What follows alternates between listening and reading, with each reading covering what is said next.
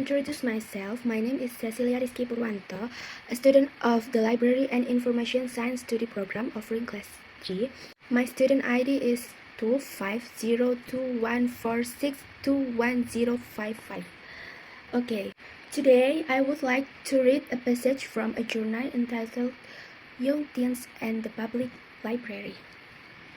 This awareness could be achieved by reaching young teens electronically via email and compelling library websites, as well as by using teens opinion leaders to provide peer group influence. Promoting library programs to parents was also recommended, since young teens are still very affected by family influence.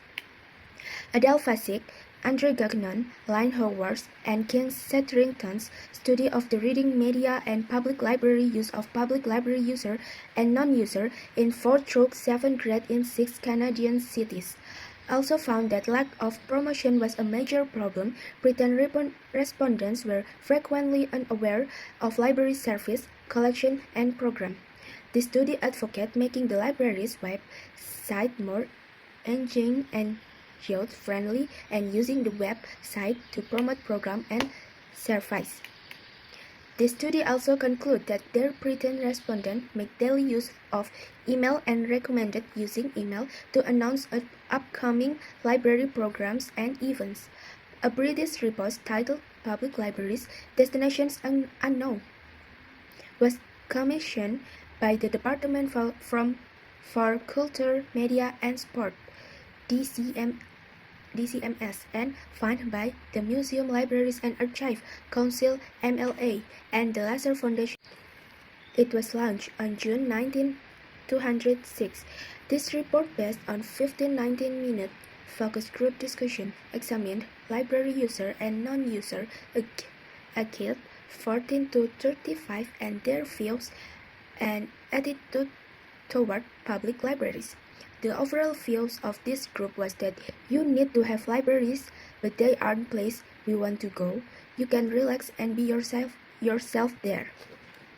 Teens participating in the study report that the library was a socially sanctioned place to go, and most report that socializing with peers was a major motivator to library use.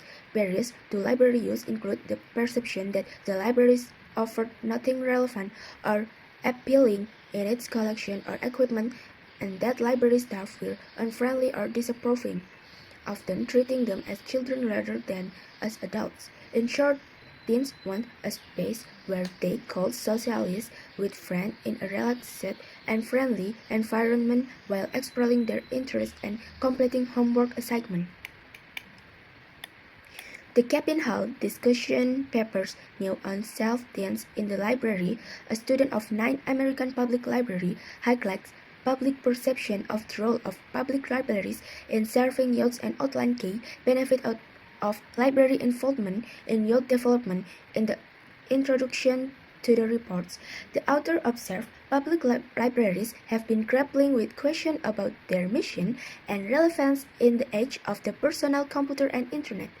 In response, they have sought to define themselves as multifaceted institutions that not only provide print and digital research and expert guidance to this information source, but also serve as cultural, educational, and social hubs for communities. So, teman-teman, jadi di sini saya akan menjelaskan secara singkat potongan jurnal yang telah saya bacakan tadi.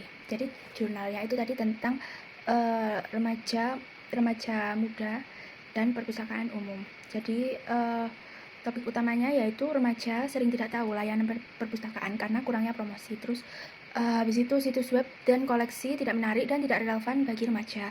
Lalu staf dianggap tidak ramah atau memperlakukan remaja seperti anak-anak. Mereka nggak suka kalau misalnya diperlakukan kayak anak-anak, kan mereka juga udah bertumbuh, mereka udah tumbuh menjadi menuju dewasa gitu ya. Jadi harus sesuai. Terus habis itu perpustakaan kurang menyediakan ruang santai untuk bersosialisasi. Lalu, apa yang diinginkan remaja? Yang pertama yaitu situs web dan email yang interaktif dan informatif, lalu ruang nyaman untuk berkumpul dan belajar.